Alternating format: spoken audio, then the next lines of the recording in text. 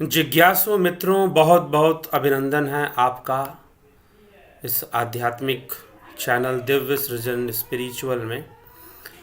और आज हम जो चर्चा प्रारंभ कर रहे हैं उसका विषय है, क्या सुख की प्राप्ति का प्रयास गलत है।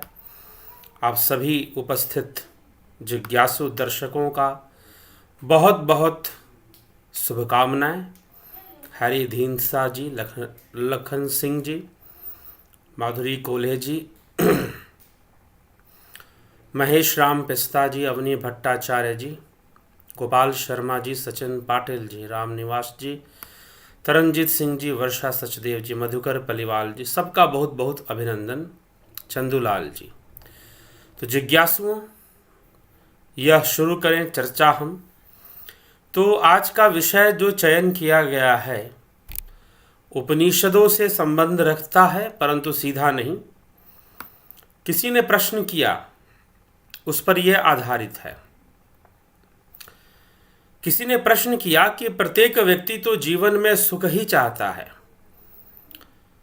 वह सब कुछ सुख के लिए ही तो करता है। यतन सब सुख के किए, दुख का किया न कोई। यतन सारे सुख के किए जाते हैं, कोई दुख का यतन नहीं करता। संसार में कोई भी व्यक्ति दुखी होने का प्रयास नहीं करता, सब सुखी होने का प्रयास करते हैं। लेकिन जो संतों की वाणी जो ज़्यादातर जो मिलती है वो समझाने में लगे रहते हैं कि एक दिन तो तुम्हें मर जाना है, मृत्यु सत्य है और जीवन नष्ट हो जाएगा, आए हैं सो जाएंगे, राजा रंक फकीर। जी हाँ, बिल्कुल सही बात है, यह तो होना ही है एक ना एक दिन। लेकिन अब मृत्यु सत्य है क्या? लेकिन आप विचारों में कई बार यह भी कहते हैं कि मृत्यु मिथ्या भी है। कई जगह मैंने बोला है कि मृत्यु मिथ्या है। तो सुख की तलाश करना, सुखी होने का प्रयास करना कितना गलत है, कितना सही है?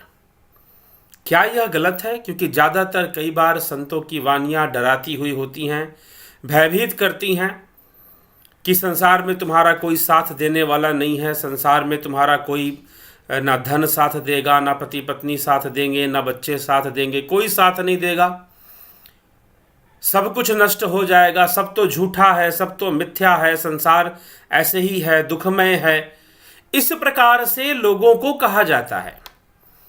तो कई बार संतों की वाणियों में इस प्रकार की भाषा का प्रयोग होता है कि सब कुछ तो झूठा ही है, रिश्ते नाते भी छूट जाएंगे, कौन साथ देने वाला है, आए हैं सो जाएंगे, राजा रंग फकीर। मौत सबको आनी है, कौन इससे छूटा है, तू फना नहीं होगा, ये ख्याल झूठा है। तो मृत्यु तो सबको आनी है, मौत आते ही सब रिश्ते टूट जाएंगे, माँ बाप बहन बीबी बच्चे छूट जाएंगे।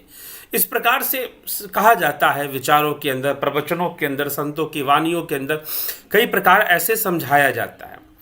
लेकिन इसके प्रति हमारा दृष्टिकोण क्या रखना चाहिए? उन्होंने प्रश्न किया कि आपका चैनल जो है बहुत अलग ढंग से बातों को रखता है, तथ्यों को प्रस्तुत करता है, तो इस विषय में थोड़ी सी बात करें। क्या यह डराना सही है लोगों को कि सब तो एक दिन खत्म हो जाएगा, सुख के प्रयास में क्यों भटक रहे हो?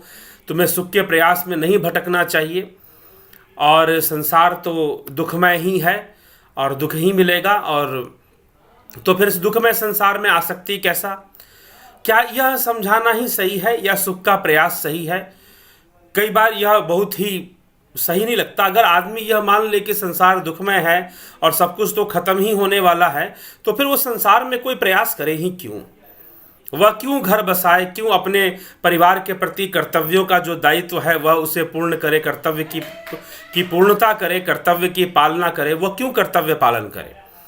एक तरफ श्रीमद् भगवद गीता का उपदेश है, कर्तव्य पालना का उपदेश अर्जुन को दिया जा रहा है, क्षत्रिय धर्म पालना का उपदेश अर्जुन को दिया जा रहा है, और एक तरफ कि संसार तो दुखमय है, तो इस एक उदासीन विचारधारा का प्रसार किया जाता है, एक उदासीन विचारधारा को बार बार दिया जाता है।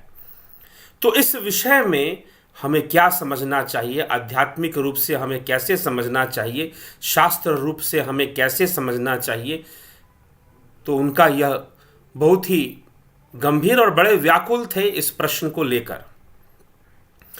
तो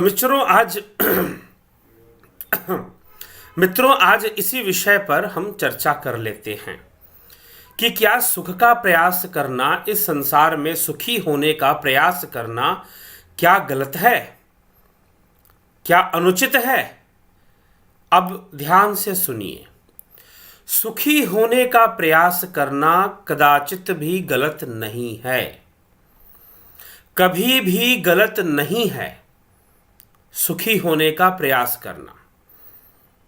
ठीक, अगर आप अपने जीवन में सुखी होना चाहते हैं, शांत होना चाहते हैं, तो ऐसा प्रयास करना आपका गलत नहीं है, क्योंकि वास्तव में सुख ही तो जीवन का लक्ष्य है। सुखी होना ही जीवन का लक्ष्य है, अगर यह कहा जाए तो भी गलत नहीं है। लेकिन सुखी कैसे होंगे? जब तक दुख है तब तक आप सुखी नहीं हो सकते। तो संसार में सुख भी है और दुख भी है, और अपने कर्मों से सुख और दुख का भोग जीव करता है, शरीर के माध्यम से, सांसारिक रूप से, शारीरिक रूप से वह सुख का भी अनुभव करता है, वह दुख का भी अनुभव करता है। लेकिन उसकी जो दौड़ है वो सुख की ओर है, दुख की ओर नहीं है। वह सुख के लिए प्रयासरत है। यतन सब सुख के किए, दुख का किया ना कोई, लेकिन अधिक अधिक दुख होए, फिर भी अधिक अधिक दुख प्राप्त होते हैं। तो एक बात यहां पर मैं निश्चय कर देना चाहता हूं कि क्योंकि ऐसी कई विचारधारा, एक और विचार बात उनका कहना था, अभी लाइव वो देख रहे होंगे तो बहुत अच्छी बात है, कि कहा गया कि सुख के माथे सिल पड़े जो नाम हृदय से जाए, बलिहारी व दुख को जो पल पल नाम रटाए। कि वह दुख बढ़िया है, तो यह भी एक ऐसी विचारधारा हमें देता है कि दुख ही अच्छा है, जीवन में दुख रहना चाहिए, तो हमेशा नाम भी याद रहेगा भगवान का। कुछ ऐसी विचारधारा भी उनको दी गई। तो मैंने कहा कि ये विचारधारा हमारे शास्त्रों की नहीं है। बाद में लोगों ने, अब सुख के माथे सिल पड़े जो नाम हृदय से जाए, महाभारत के नाम पर कुछ लोग इसको सुना देते हैं कि माता कुंती ने भगवान कृष्ण से कहा था। लेकिन भगवान कृष्ण से क्या ये हिंदी के दोहे में कहा था? वो तो उस समय की भाषा, महाभारत की भाषा तो संस्कृत है, और क्या संस्कृत भाषा में भी ऐसा कहीं वर्णन है कि सुख के माथे सिल पड़े? तो ठीक है, किसी भक्त की ऐसी उद्गार है कि भाई जब दुख आता है तभी हम भगवान को याद करते हैं, तो बढ़िया है दुख ही आए ताकि हम भगवान को याद कर लें। कुछ उस तरह की विचारधारा से प्रभावित होकर यह बात कह दी गई है। लेकिन अब हम आते हैं प्रैक्टिकल धरातल पर, हम बात करते हैं प्रैक्टिकल। ठीक, तो सुख का प्रयास होना, सुख का लिए प्रयास करना, यह गलत नहीं है, ये कदापि गलत नहीं है। नंबर 1 बात। दूसरी बात, क्या संसार के जितने भी रिश्ते नाते हैं वह सब झूठे हैं, बेकार हैं? झूठे बेकार हैं जी। हाँ, कुछ परिवारों में, कुछ लोगों के जीवन में ऐसा है कि संसार के रिश्ते नाते उनका साथ देने वाले नहीं हैं, उनके सारे रिश्ते टूट जाया करते हैं। लेकिन सबके जीवन में तो ऐसा नहीं है ना। कुछ लोगों के जीवन में तो भाई बहुत अच्छे, उनको अगर मान लीजिए कि बच्चे जो हैं अपने माता पिता की सेवा नहीं कर रहे हैं, छोड़ दे रहे हैं उनको, जिस उम्र में उनको सेवा की जरूरत थी, उनका कर्तव्य था कि अपने वृद्ध माता पिता की सेवा करें। सही बात है, आज के युग में ऐसा है कि लोग सेवा नहीं कर रहे हैं, वृद्धाश्रम में छोड़ देंगे या कुछ कर देंगे। लेकिन फिर भी ऐसे लोग भी आज भी विद्यमान हैं जो कि अंत समय तक अपने माता पिता की सेवा कर रहे हैं। ऐसे भी लोग हैं। तो पूरी तरह से इसको नेगेटिव वे में ले लेना यह उचित नहीं होगा। क्यों नहीं उचित होगा? क्योंकि आपके सांसारिक सुख और दुख के पीछे कर्म का सिद्धांत है। किसका सिद्धांत है? कर्म का सिद्धांत है आपके सुख और दुख के पीछे। तो अगर कोई आपको कुपुत्र प्राप्त होता है, किसी को अगर कुपुत्र प्राप्त होते हैं तो वो उनके अपने कर्मों से होते हैं। किसी को अगर सुपुत्र प्राप्त होते हैं, सेवा करने वाले पुत्र प्राप्त होते हैं, तो वो भी उनको अपने कर्मों से ही होते हैं। तो जो भी दुख का आगमन हो रहा है, सत्य तो यह है कि वह आपके कर्मों से ही हो रहे हैं। इसलिए जब जीवन में सुख मिले तो बहुत अहंकारी नहीं हो जाना चाहिए, बहुत सुख भोगी नहीं हो जाना चाहिए, और जब दुख मिले तो बहुत ज़्यादा डिप्रेशन में भी नहीं, अवसाद में भी नहीं जाना चाहिए। सब कर्मों के हिसाब किताब से चलेगा। इसीलिए कोई एक फिक्स टैगलाइन आप नहीं फिक्स कर सकते कि भाई संसार में हर रिश्ता नाता तो दुख देने वाला ही है। हाँ, यह निश्चित है कि हर कोई भी रिश्ता टिकने वाला नहीं है। परिवर्तनशील संसार है। जब तक कर्मों का लेना देना है किसी के साथ, वो हमारे संग हो जाता है। किसी भी रूप में हो सकता है, मित्र के रूप में हमारे संग हो जाए, भाई के रूप में हमारे संग हो जाए, बहन के रूप में हमारे संग हो जाए, माता पिता के रूप में हमारे संग हो जाए। और कई बार कर्मों के कारण ही जो अपना संबंधी है, जो अपना सगा है, वह शत्रु भी हो जाता है। कई बार मित्र ही शत्रु हो जाता है, कई बार भाई ही शत्रु हो जाता है, कई बार पिता ही शत्रु हो जाता है, कई बार पुत्र ही शत्रु हो जाता है। तो यह सारा खेल तो कर्म सिद्धांत का है। तो जब सारा खेल कर्म सिद्धांत का है तो कोई फिक्स आप बात नहीं कर सकते यहां पर कि भाई उसे तो सारे रिश्ते उसको धोखा ही दे देंगे, रिश्ते नाते ऐसे। हाँ, इतना जरूर है कि परिवर्तन के साथ साथ हर रिश्ते का स्वरूप बदलता है, लेकिन फिर भी फिक्स नहीं है। चीजें कर्म पर आधारित होती हैं। प्रैक्टिकल स्पिरिचुअलिटी के अनुसार कर्म पे आधारित होती हैं। इसलिए घोषणा मत कर दीजिए कि संसार तो सर्वदा दुखमय ही है, संसार तो सर्वदा ऐसा ही है। ठीक है, अगर ऐसा ही है तो फिर क्या जरूरत है फिर कुछ भी करने की। फिर यह भी विचार आ जाता है, परंतु क्या कर्म नहीं करेंगे? गीता का उपदेश अर्जुन को जो निष्काम भाव से कर्म करने की प्रेरणा है वह तो करना ही चाहिए। कर्तव्य की पालना, कर्म की पालना, कर्म लोक संग्रह हेतु उचित कर्मों को करना ही चाहिए। यह श्रीमद् भगवद गीता का उपदेश है। अब बात आते हैं कि सुख के पीछे भागना गलत है या सही है। तो देखिए, सुख के पीछे भागना यह जीव की प्रकृति है। वह सुख के पीछे भागेगा ही भागेगा, सुख के पीछे वह भागेगा ही भागेगा, नहीं भागने का प्रश्न ही नहीं उठता।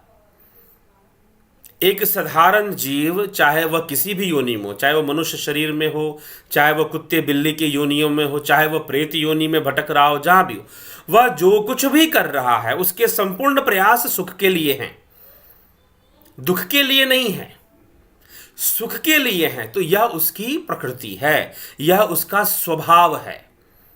प्रकृति भी मत कहिए, प्रकृति कहना भी उचित नहीं, स्वभाव है उसका। जीव का यह स्वभाव है कि वह सुख के पीछे भागेगा, वह स्वयं को सुखी करने के लिए निरंतर प्रयासरत रहेगा। लेकिन वास्तविक सुख मिलेगा कैसे, यह फॉर्मूला उसके पास होता नहीं है। और इसीलिए उसकी जो हालत है वह मृग मरीचिका के समान हो जाती है। मृग मरीचिका मतलब कि जो कस्तूरी कुंडल बसे मृग ढूंढे वन माही, वैसे घटघट राम बसत है दुनिया बूझे नाही। कि जो सुख का जो खजाना है, जो आनंद का जो स्रोत है, वह उसकी आत्मा में है, वह उसके भीतर है। लेकिन वह उसको ना जानकर वह बाहर की दुनिया में भटक रहा है, वह बाहर की दुनिया में भाग रहा है, बाहर की दुनिया में भाग रहा है, बाहर की दुनिया में भटक रहा है। तो यह चीज हो जाती है, यह बात समझ में आती है। उसकी मुख्य बात यहां पर क्या है कि सुख के लिए प्रयासरत रहना गलत नहीं है, दिशा गलत है, डायरेक्शन गलत है। रेगिस्तान में मृग मरीचिका, रेगिस्तान में जैसे कि बालू के कणों पर जो सूर्य की किरणें गिरती हैं तो वहां जलाशय दिखाई देता है, लेकिन जलाशय है नहीं। गर्मी के दिनों में सड़कों पर भी चलते हुए गाड़ी से आप जा रहे हैं तो आपको लगेगा रोड पर पानी बिखरा हुआ है, लेकिन पानी होता नहीं है। वह तो गर्मी के वाष्प से वहां पर जल का प्रतिबिंब बनता है, एक भ्रम पैदा होता है जल का। तो इस प्रकार से यह संसार का सुख है। संसार में जो वस्तुएं हमें दिखाई देती हैं कि सुखी कर देंगी, वास्तव में वो हमें सुखी ना कर पाएंगी और हम बोर हो जाएंगे पूरी तरह से। हमारा लाइफ जो है बोर्डम से भर जाएगा। फिर उसमें कई बार लोग आत्महत्या करने की भी कोशिश करते हैं, सोचते हैं मेरे जीवन में कुछ नहीं रखा है। वो अपने आप को वैल्यूलेस समझना शुरू कर देते हैं, इंफीरियरिटी कॉम्प्लेक्स से भर जाते हैं। जबकि सबका जीवन महत्वपूर्ण है, सबका जीवन अपने आप में महत्व रखता है और मनुष्य जीवन तो सर्वदा ही महत्व रखता है, क्योंकि मनुष्य जीवन से योग संभव है, भोग तो सबसे संभव है। आपको वैल्यूलेस क्यों लगता है? क्योंकि आप भोगों के आधार पर अपने सुख का क्या करते हैं? सुख का माप लेते हैं कि हम कितने सुखी हैं, भोगों के आधार पर। आप योग के आधार पर नहीं लेते। सुखी होने का प्रयास गलत नहीं है, परंतु दिशा गलत है और वह एक तरफा दिशा है।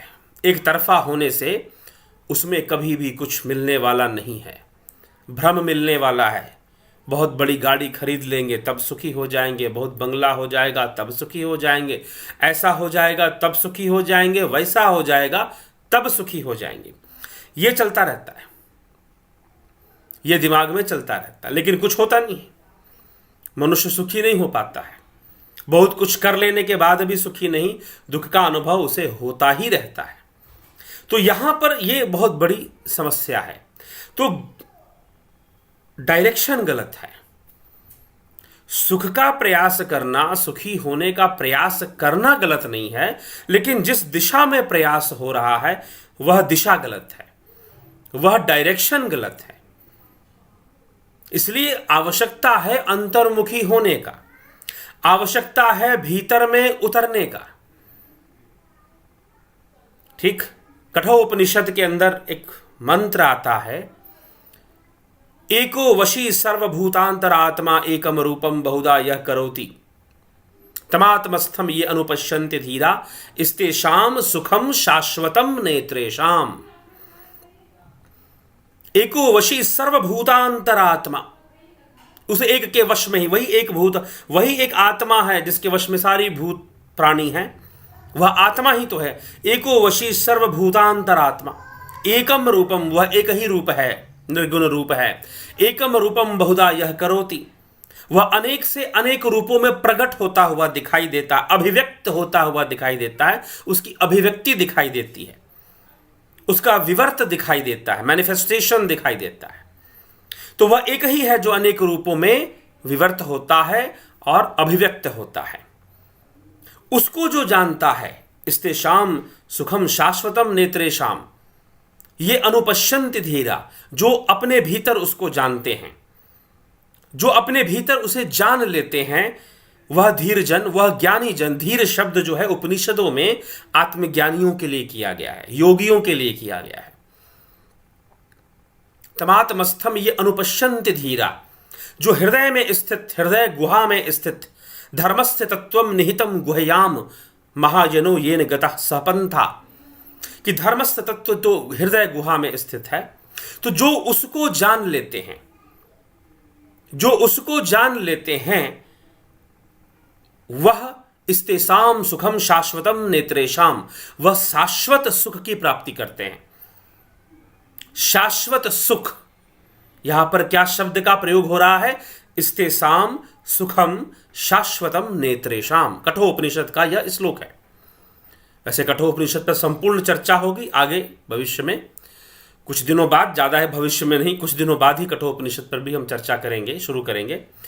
तो मित्रों, यह उपनिषद का यह श्लोक यह कहता है कि जिसने अपने भीतर अपनी आत्मा को जाना है, जिसने अपनी आत्मा की ओर अपनी दिशा कर ली है, वह निश्चय ही शाश्वत सुख की प्राप्ति कर लेता है। किसकी प्राप्ति कर लेता है? शाश्वत सुख की।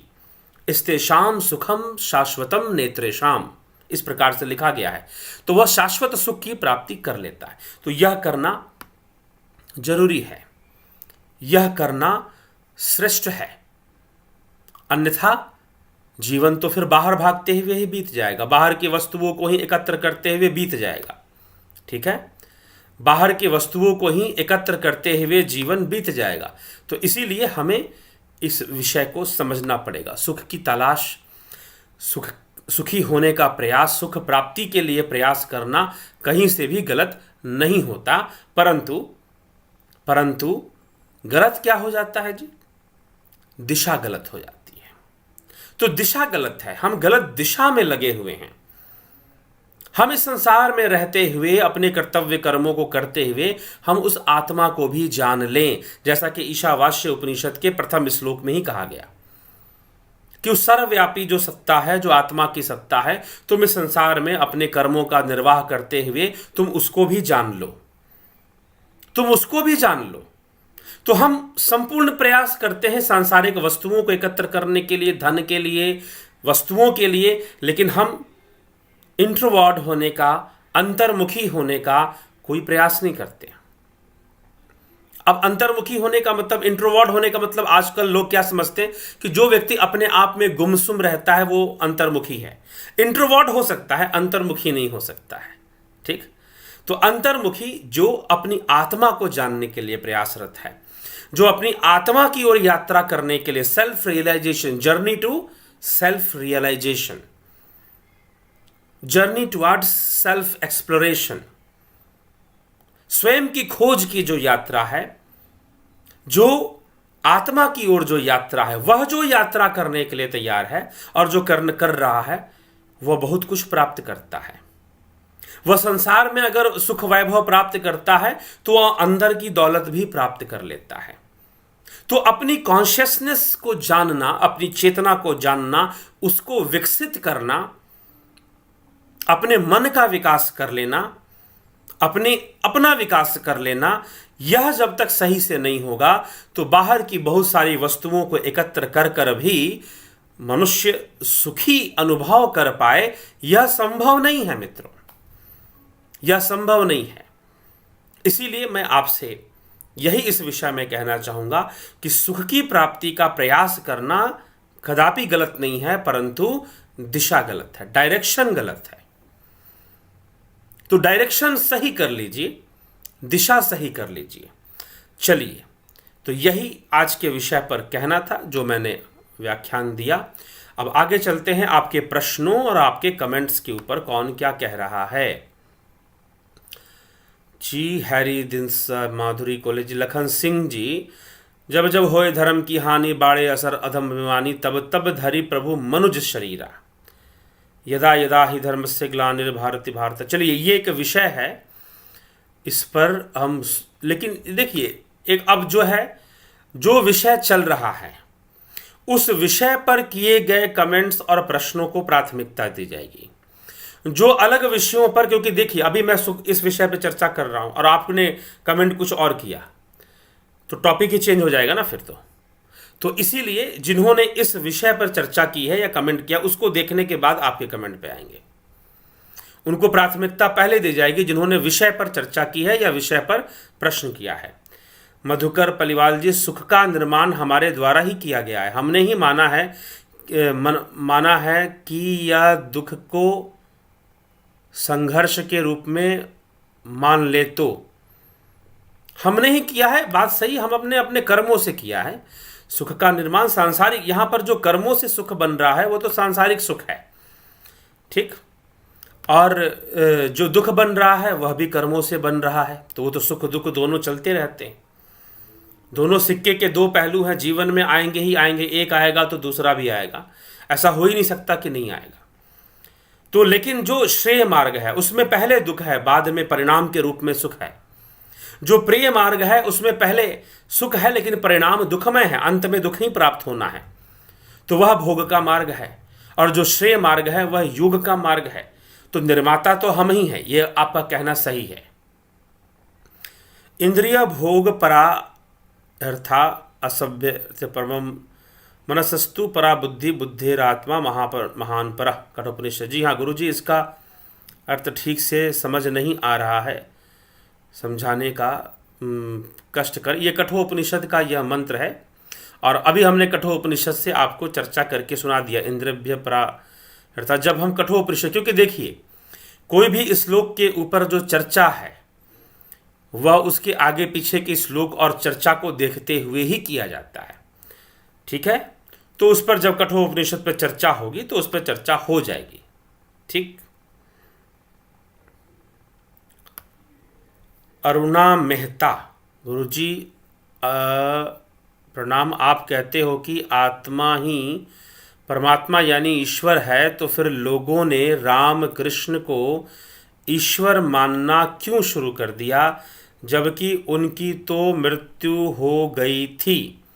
देखिए, मृत्यु, उनकी भी मृत्यु हो चाहे आपकी मृत्यु हो, मृत्यु तो शरीर की ही होती है।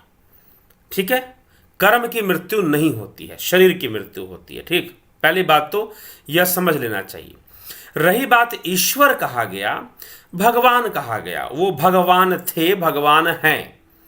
और भगवान का मतलब होता है जो भगों से संपन्न है, जो भगों से संपन्न है, ऐश्वर्य, यश, वीर्य, कीर्ति, इन सब से, इन 6 भग होते हैं जिसके ऊपर पिछले के वीडियोस में चर्चा है। तो 6 भगों से जो संपन्न है वो भगवान है, वो सामर्थ्यवान है, वो ऐश्वर्य संपन्न है, सिद्धि संपन्न है। और सिद्ध होने के कारण वह अविनाशी भी होता है, क्योंकि मृत्यु हम अपना अंत मानते हैं शरीर के अंत से, योगी अपना अंत नहीं मानते शरीर के अंत से। यही हम में और उनमें फर्क है। ठीक, वो उसके बाद भी कर्म की गणना करते हैं और कर्म फिर भी होते हैं। तो राम कृष्ण यह सब हमारे लिए अवतारी पुरुष भगवान, उन्होंने ऐसे कर्म किए जो हमें प्रेरणा देते हैं धर्म स्थापना की। ठीक, तो इसलिए हमें यह समझना चाहिए। चलिए आगे चलते हैं। संसार में, जयंती दत्ता जी, संसार में सभी सुख के पीछे पड़ा है, सुख से पीछे दुख जुड़ा है। लोग कभी अपने सुख के लिए गलत कदम उठाते हैं। क्या इससे बचने के लिए हम कभी मन में सुख की इच्छा ही नहीं रखना चाहिए? जी नहीं, सुख की इच्छा रखना एक अलग बात है और सुख की प्राप्ति के लिए गलत कदम उठाना एक अलग विषय है। प्रश्न बहुत अच्छा है। तो सुख की इच्छा करना अलग विषय है और सुख की प्राप्ति के लिए गलत कदम उठाना, अच्छा सही कदम भी तो उठा सकता है, सुख की प्राप्ति के लिए सही कदम भी तो उठा सकता है। हो सकता है कि सुखी रहने के लिए वह किसी दूसरे को दुखी ना करे, ऐसी समझ पैदा हो जाए कि भाई दूसरों को दुखी करूंगा तो कर्म फल के रूप में मुझे भी दुख प्राप्त होगा, ऐसी भी तो समझ पैदा हो सकती है। और सुखी होने के लिए वह योग के मार्ग पर चलना शुरू कर दे कि योग के मार्ग पर चलकर ध्यान अवस्था और ऐसी अवस्थाओं में प्रवेश कर कर प्राप्त कर कर ही हम सुख का अनुभव करेंगे, ऐसा अनुभव उसको हो जाए। ठीक है, तो ऐसी अनुभूति के साथ भी वह चल सकता है। तो इसीलिए जरूरी नहीं है कि वो किसी को दुखी करेगा तभी सुखी होगा, ऐसा नहीं है। इसीलिए, क्योंकि फिर क्यों कहा जाता है स्तेषाम सुखम शाश्वतम नेत्रेषाम।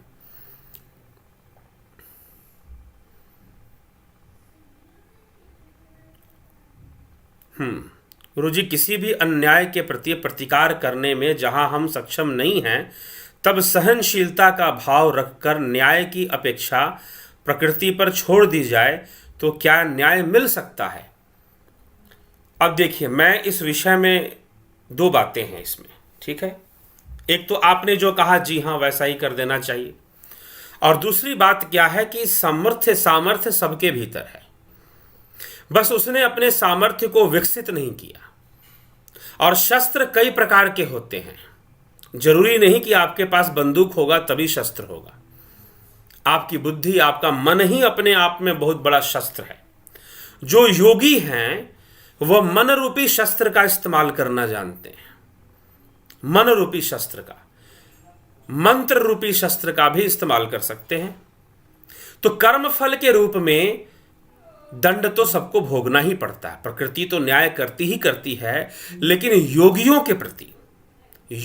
के प्रति अगर हम कोई अपराध करते हैं तो उसका दंड जल्दी प्राप्त होता है, शीघ्र प्राप्त होता है, उसका न्याय भी जल्दी होता है।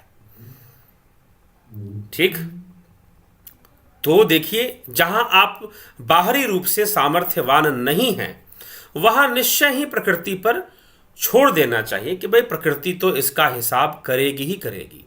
और अगर आप सामर्थ्यवान हैं तो भी दंड उतना ही देना चाहिए जिसमें कि उस व्यक्ति को बात समझ में आ जाए, उसे अपनी गलती समझ में आ जाए। ठीक है, उसे अपनी भूल समझ में आ जाए।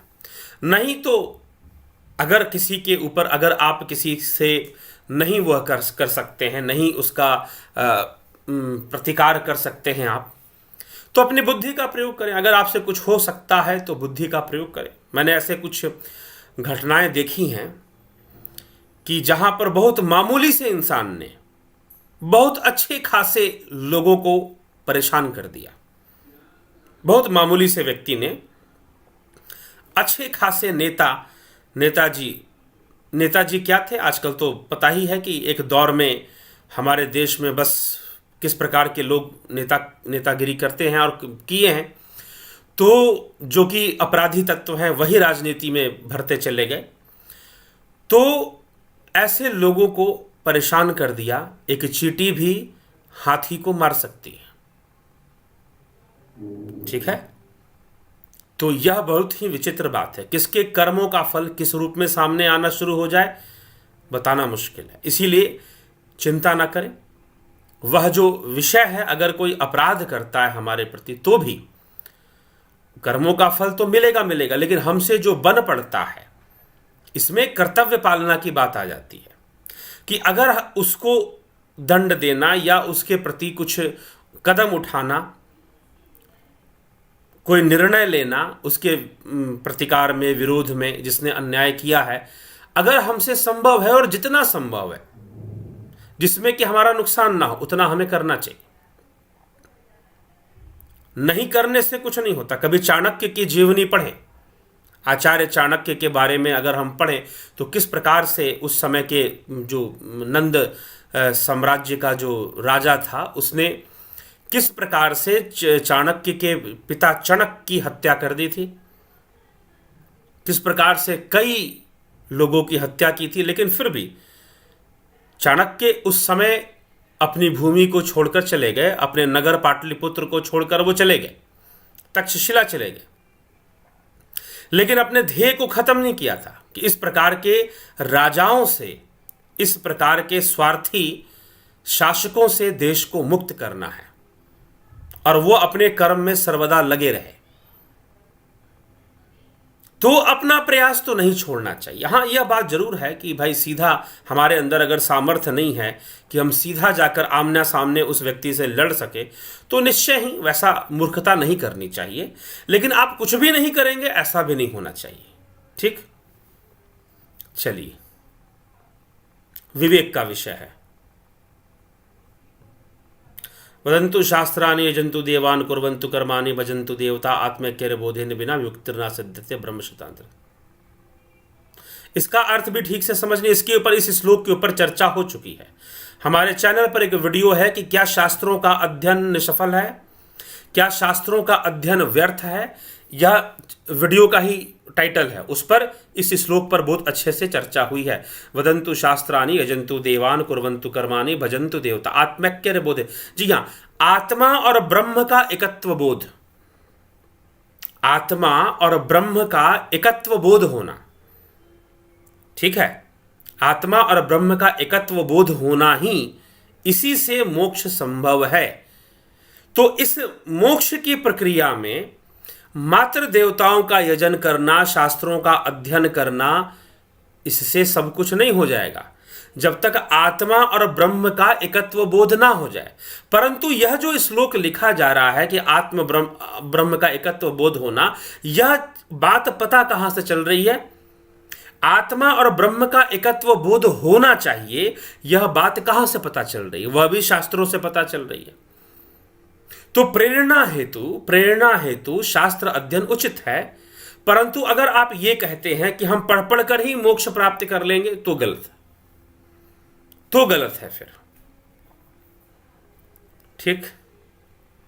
आप उस वीडियो को देखें तो उसमें विस्तार से इस पर चर्चा की है। गुरु जी, कर्तव्य रूपी कर्म और मन शांति में जब विरोधाभास निर्माण होता है, तब उसे संयमित कैसे करें? कर्तव्य रूपी कर्म और मन शांति में विरोधाभास क्यों होगा?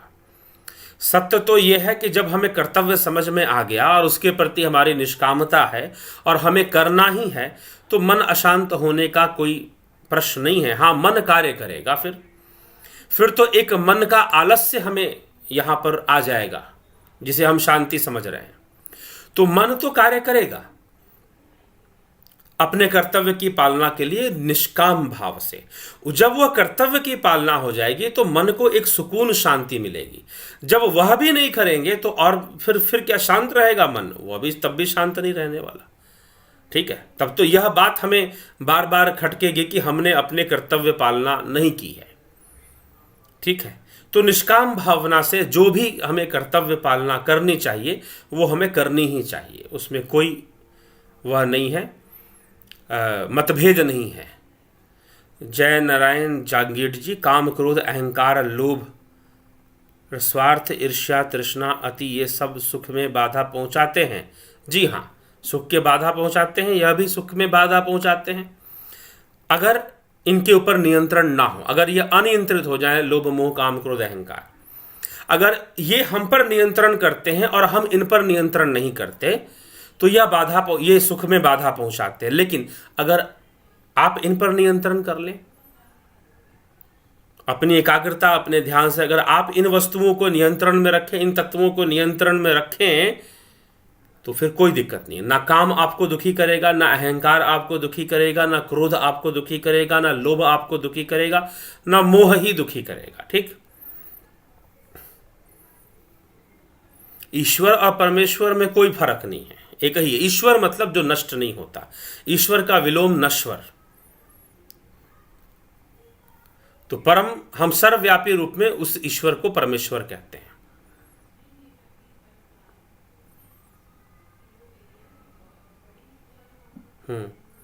ड्रामा कौन सी करें जी? कोई ड्रामा करने की जरूरत नहीं है। ठीक है, ये संसार अपने आप में ही एक ड्रामा है, और क्या करेगा आदमी? तो यहाँ पर या ड्रामा कह रहे हैं या कुछ और कह रहे हैं, ये भी समझ में नहीं आ रहा। चलिए ठीक है, सभी दुखों को दूर करने का क्या उपाय है? सभी दुखों को दूर करने का एक ही उपाय है, तमातमस्थम ये अनुपश्यन्ति धीरा इस्तेसाम सुखम शाश्वतम नेत्रेशाम।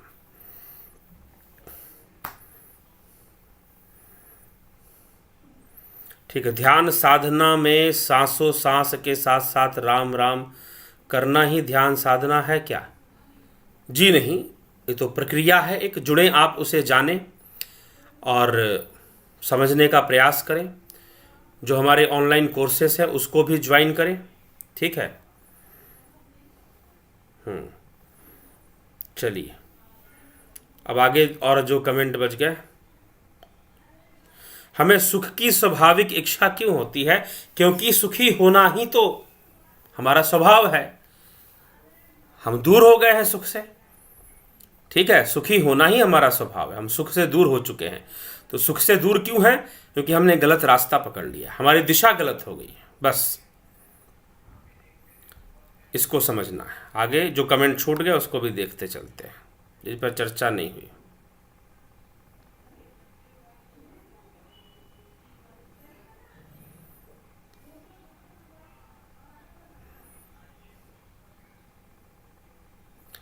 चलिए, तो क्या है कि जब जब होए धर्म की हानि, तो धर्म की हानि कैसे होती है? आत्मा की ग्लानि कैसे होती है? क्या आत्महनन संभव है? अभी पीछे कुछ दिन पहले ईशावास्य उपनिषद की चर्चा में एक वीडियो मैंने डाली थी, आत्मा का हनन कैसे होता है। बहुत ज़्यादा दिन की बात नहीं, कुछ दिनों पहले की बात है कि आत्मा का हनन किस प्रकार से होता है, आप उसे जाकर सुने। तो वैसे ही धर्म की ग्लानि कैसे होती है और धर्म की हानि कैसे होती है? तो धर्म की हानि तब होती है जब समाज, जब मनुष्य जाति धर्म का त्याग कर कर, अर्थात जो अंतर्निहित धर्मस्य तत्वम निहितम गुह्याम महायनो येन गतः सहपंथा, कि जो अंतर्निहित जो धर्म है, भीतर में जो हमारे, जो भीतर कहने का मतलब सूक्ष्म जगत में ध्यान के द्वारा, एकाग्रता के द्वारा, योग के द्वारा जिस जो अनुभूतियां हम अपने से ही, अपने आप में ही करते हैं, वह जो वास्तविक सत्ता है, वह जो वास्तविक धर्म है, उसकी गति खत्म हो जाती है। मनुष्य समाज जो है उस ओर जाना बंद कर देता है। मनुष्य समाज जो है उस ओर जाना बंद कर देता है और अपनी अंतरात्मा की यात्रा को छोड़कर बाह्य यात्रा शुरू कर देता है ज्यादातर मनुष्य। तो क्या होती है उस समय? धर्म की ग्लानि होती है। जिन्होंने आत्म तत्व का त्याग कर दिया और संसार के नश्वर वस्तुओं के पीछे भागने लगे, इससे आत्मा का हनन होता है, इससे धर्म की हानि होती है। कि अंतर्मुखी जो हृदय में, जो श्री कृष्ण अर्जुन से कहते हैं कि अहमात्मा गुडाकेश सर्वभूताश स्थित, कि हे गुडाकेश अर्जुन, मैं सभी भूत प्राणियों में आत्मा रूप में विराजमान हूं। अहम आत्मा, मैं आत्मा हूं। अहम आत्मा गुडाकेश, हे अर्जुन मैं आत्मा हूं। सर्वभूताश स्थित, सभी भूतों में स्थित, सभी भूतों में स्थित मैं आत्मा हूं। अर्जुन उस ब्रह्म रूप की ओर, यहां पर जो मैं शब्द का प्रयोग है ब्रह्म के लिए ही किया जा रहा है, ठीक, जो सर्वव्यापी, तो सर्वव्यापी रूप में वो आत्मा को इंगित, क्योंकि कृष्ण वह ऐश्वर्यवान सिद्ध हैं, अवतारी हैं, जो कि उस ब्रह्म को जानते हैं। उनके सामने ब्रह्म का पर्दा हट चुका है। हिरण्यगर्भ जो पात्र है वो उनके सामने से हट चुका है, वो जानने वाले हैं वो, इसीलिए वो अर्जुन को जना रहे हैं, अर्जुन को समझा रहे हैं।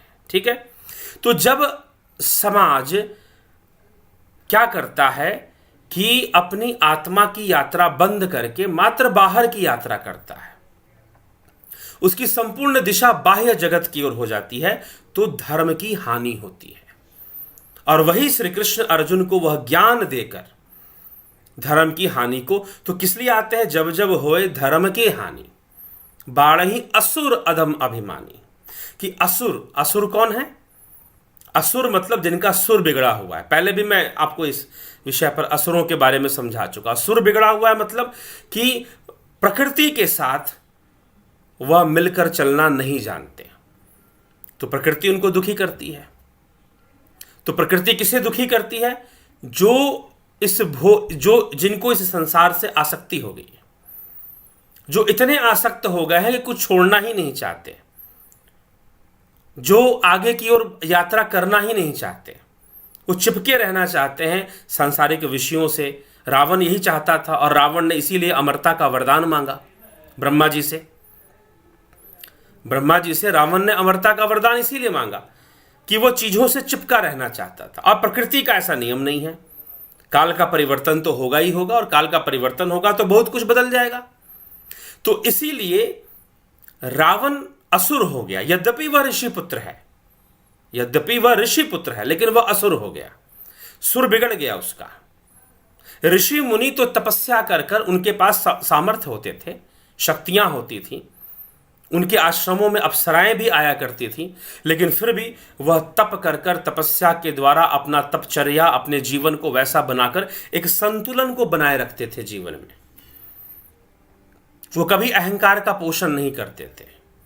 संसार में, संसार को भोगते हुए भी संसार में आसक्त नहीं होते थे, उन्हें आसक्ति नहीं होती थी।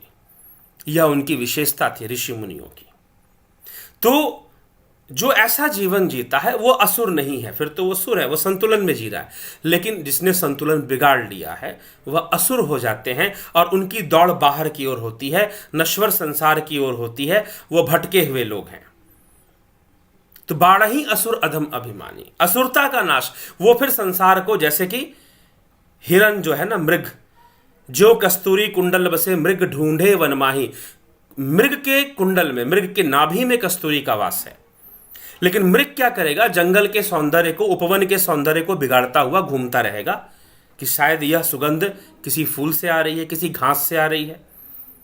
तो सुख की तलाश करना तो स्वभाव है जीव का, परंतु बाहर में, और बाहर में स्वयं को सुखी करने के लिए दूसरों का जीवन दुखी करता रहता है।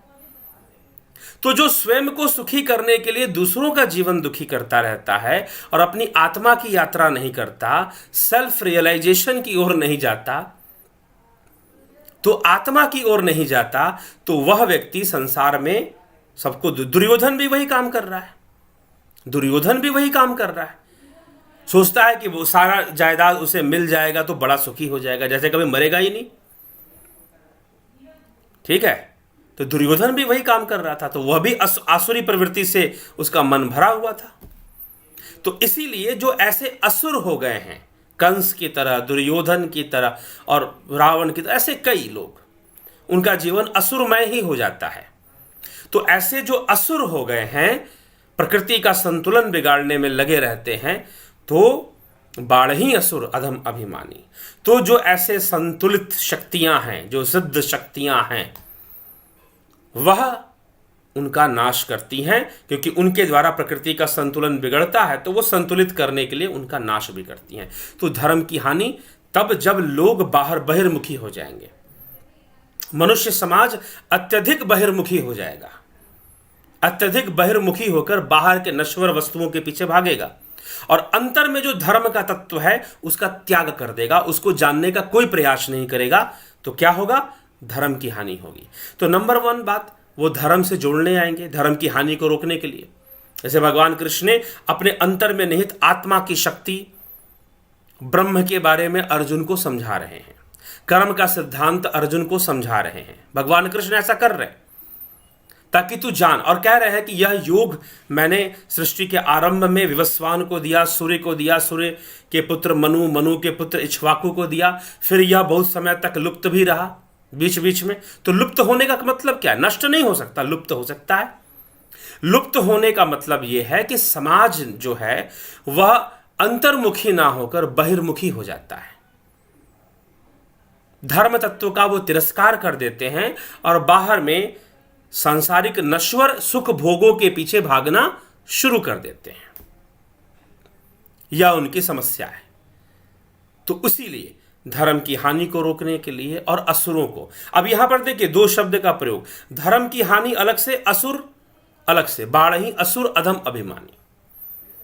जब जब होए धर्म की हानि, बाढ़ही तो ग्लानिर्भवति भारत, ठीक ना, जब ग्लानि होती है, अधर्म का उत्थान हो जाता है, धर्म की ग्लानि हो जाती है, ठीक है। तो जब लोग, तो उस समय ज्ञान देकर, तत्व ज्ञान देकर, योग देकर, योग, भगवान ने योग शब्द का प्रयोग किया, श्री कृष्ण भगवान ने योग देते हैं वो। तो योग देने का मतलब क्या है? अंतर की यात्रा को सिखाते हैं, यात्रा को सिखाते हैं, मार्ग देते हैं। तो वह देकर वह जो है समाज का कल्याण करते हैं, मनुष्य को दिशा देते हैं कि जीवन में सुखी होना चाहते हो, बाहर भागना बंद करो, बाहर नहीं, अपने भीतर की यात्रा शुरू करो। Journey towards self, start the journey towards self, यह शुरू करो। यह शुरू करने का उपदेश वो देते हैं। इससे धर्म की हानि रुक जाएगी। और फिर जो असुर हैं, जो बिल्कुल नहीं मानने वाले, कोई बात समझने वाले नहीं हैं, सुर बिगड़ा हुआ है उनका, तो उनका विनाश भी करते हैं फिर, ठीक। तो इसी के बारे में यहां पर कहा गया है। तो मित्रों, इसी के साथ विचारों को विराम की ओर ले चलेंगे और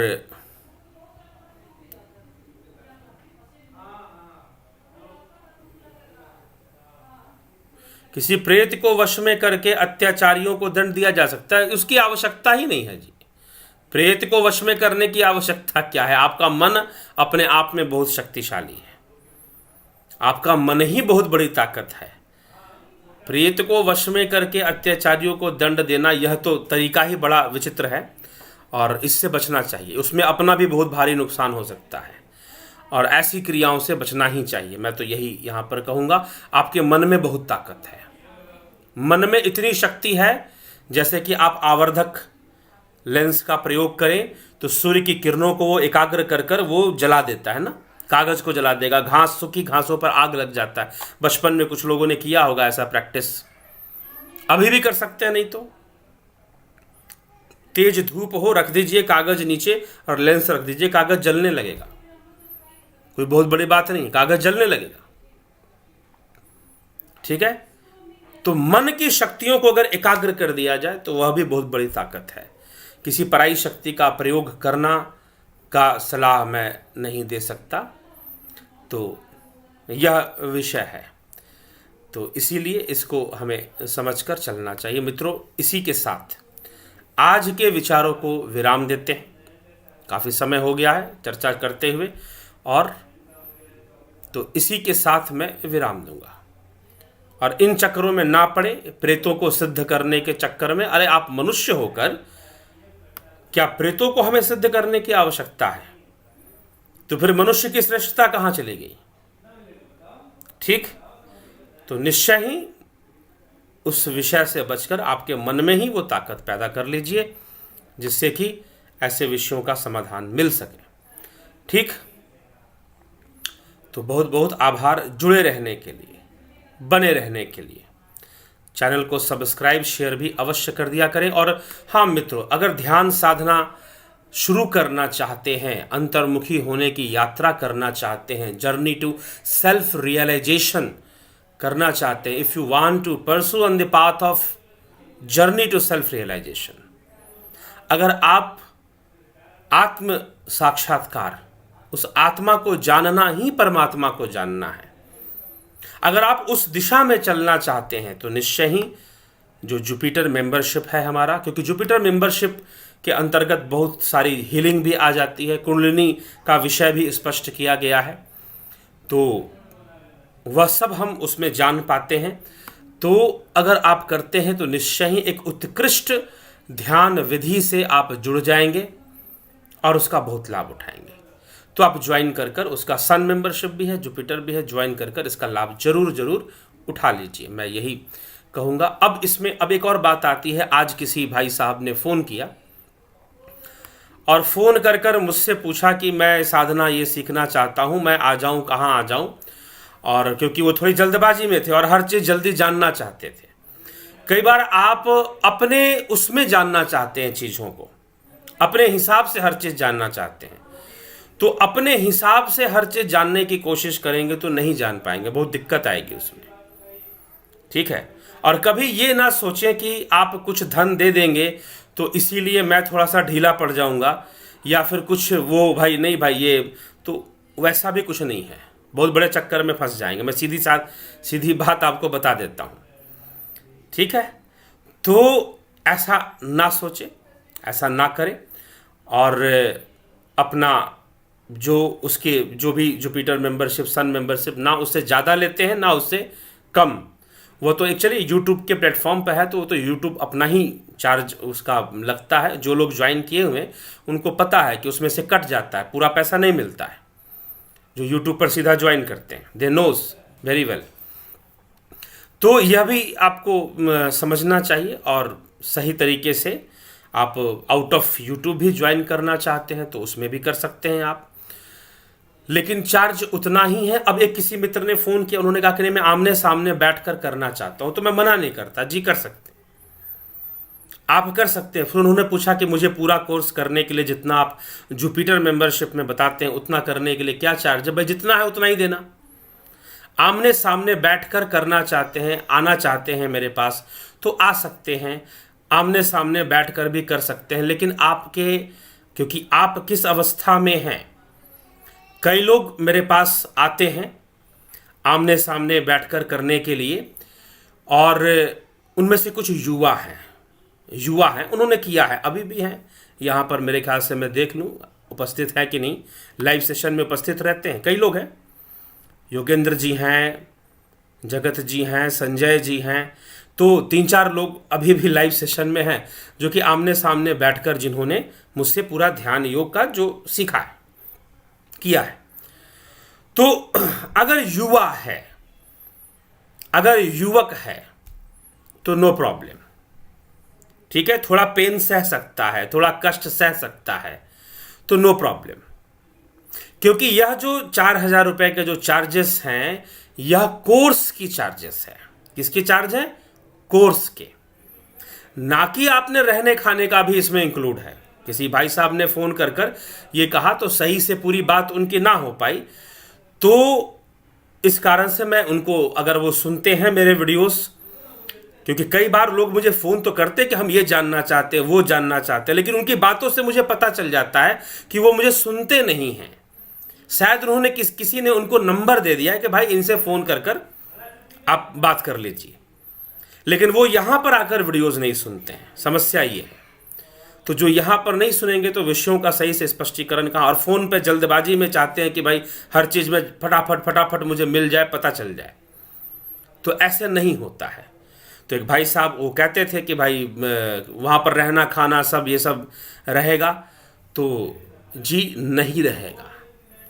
अगर आप बुजुर्ग हैं, अगर आपकी उम्र 60-65 साल हो गई है, तो फिर नहीं रहेगा।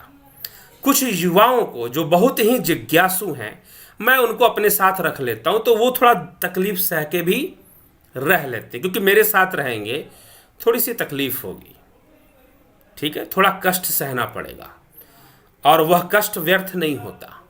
पहली बात तो ये। तो मेरे पास अभी कोई ऐसी व्यवस्था नहीं है कि बहुत सारे लोग जब भी आए और उनके रहने की व्यवस्था हो और फिर वो साधना भी करें। ऐसा कोई एस्टैब्लिश आश्रम या कोई साधना ऐसा कुछ केंद्र हो, इस प्रकार का साधना केंद्र, ऐसा कुछ भी नहीं है, ठीक है।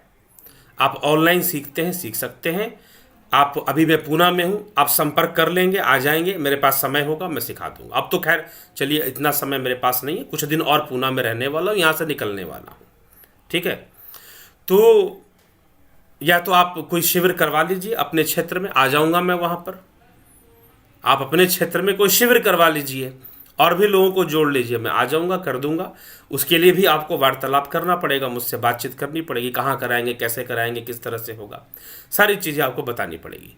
तो उस तरह से भी कर सकते हैं। लेकिन अगर आप ये कहते हैं कि आप हमारे पास आकर साधना केंद्र पर, अगर हम आप वहाँ पर व्यवस्था है, ऐसा नहीं कि नहीं है, क्योंकि मैंने नाम लिया ना, कुछ लोगों ने आकर किया है, कुछ लोगों ने आकर किया है, लाभ उठाया है, लेकिन वो युवक हैं, वो अति जिज्ञासु युवक है, जिनको बहुत दिनों तक वो करने के बाद कि भाई हाँ इसकी जिज्ञासा बड़ी प्रबल है, चेक करने के बाद किसकी जिज्ञासा बड़ी प्रबल है, उनको मैंने बुलाया है और अपने साथ रखा है और उनको साधना सिखाई है। वो जमीन पर सोए हैं मेरे साथ, भूमि पर सोए हैं, जो मिला है वो खाए हैं, रहे हैं और उन्होंने साधना सीखी है, ठीक है।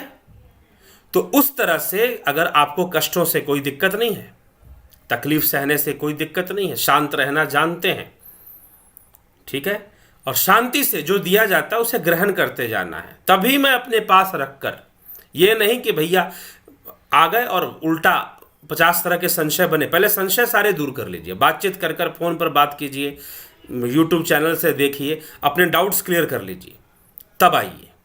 जब आप पूरी तरह से ग्रहण करने के लिए तैयार हैं तब। तो जो युवक पहले जब ऑनलाइन कोर्सेज नहीं चलते थे, उससे पहले कुछ युवक आकर जिन्होंने मुझे ज्वाइन किया और वहाँ पर आकर मेरे साथ रहे, 2 दिन 3 दिन मेरे साथ रहे और साधना का कोर्स कंप्लीट किया, ठीक है। रात में भी बैठ गए साधना करने के लिए कभी कभी, ठीक है, रात हो गया है, कभी 3 बजे उठकर ही साधना शुरू हो गई। तो इसीलिए मैं कह देता हूं कि अभी ऐसी कोई व्यवस्था नहीं है कि जहां पर फुल फैसिलिटी आपको दिया जाए, रूम दिया जाए, बेड दिया जाए, भोजन दिया जाए और फिर आप उसका पेमेंट करेंगे और फिर साधना भी सीखेंगे, ऐसी व्यवस्था नहीं है। कष्ट सहने के लिए तैयार हो तो संपर्क कर सकते हैं, उन्हीं के लिए मैं कह रहा हूं, कष्ट सहने के लिए तैयार हो। हाँ, भविष्य में कोई ऐसी व्यवस्था होगी तो जी हाँ, कोशिश की जाएगी कि ऐसी व्यवस्था बनाई जाए। मैं भी कई बार लोग कहते हैं कि जी अगर ऐसी व्यवस्था हो तो कुछ दिन हम आपके पास आकर रहें और आपके सानिध्य में हम ध्यान करें, सीखें सारी चीज़ें और ध्यान करें, क्योंकि आमने सामने सीखने का एक अलग महत्व होता है। जी हाँ, बिल्कुल अलग महत्व तो होता ही। तो अभी वैसी उतनी उन्नत व्यवस्था नहीं है मित्रों, आप लोग करेंगे ऐसा तो धीरे धीरे वैसी व्यवस्थाएं बन जाएंगी। हम भी प्रयास में लगे हुए हैं कि कुछ जब लोग ऐसा कह रहे हैं, क्योंकि कई लोग वृद्ध हैं, थोड़ी उम्र हो चुकी है, तो वो चाहते हैं कि हमें ऐसी व्यवस्था मिल जाए। कुछ महिलाएं भी हैं जो यह कहती है कि नहीं, हमें भी कुछ ऐसी व्यवस्था मिल जाए जहाँ पर हम कुछ दिन रहकर इस प्रकार से सीख रहे। तो अभी तो नहीं है फिलहाल, अभी तो मैं उन्हीं को कह सकता हूँ कि कष्ट सहना चाहते हो और कष्ट सहने के लिए तैयार हो तो मेरे साथ आ सकते हो। तो यह ही मैं उन लोगों के लिए भविष्य में जब हो जाएगा तो निश्चय ही आपको ऐसी व्यवस्था मिल जाएगी, ठीक है। हाँ, तो ठीक है, तो चलते हैं मित्रों, इसी के साथ विराम देते हैं। और जी बिल्कुल समझ गया और गुरुजी अभी तो 9:52 हुए हैं। नहीं जी, 59 हो गए मेरे ख्याल से। समय तो भाग ही रहा है, 10 बज चुके हैं लखन सिंह जी। तो विचारों को विराम देते हैं। बहुत बहुत आभार आप सभी का जुड़े रहने के लिए, बने रहने के लिए।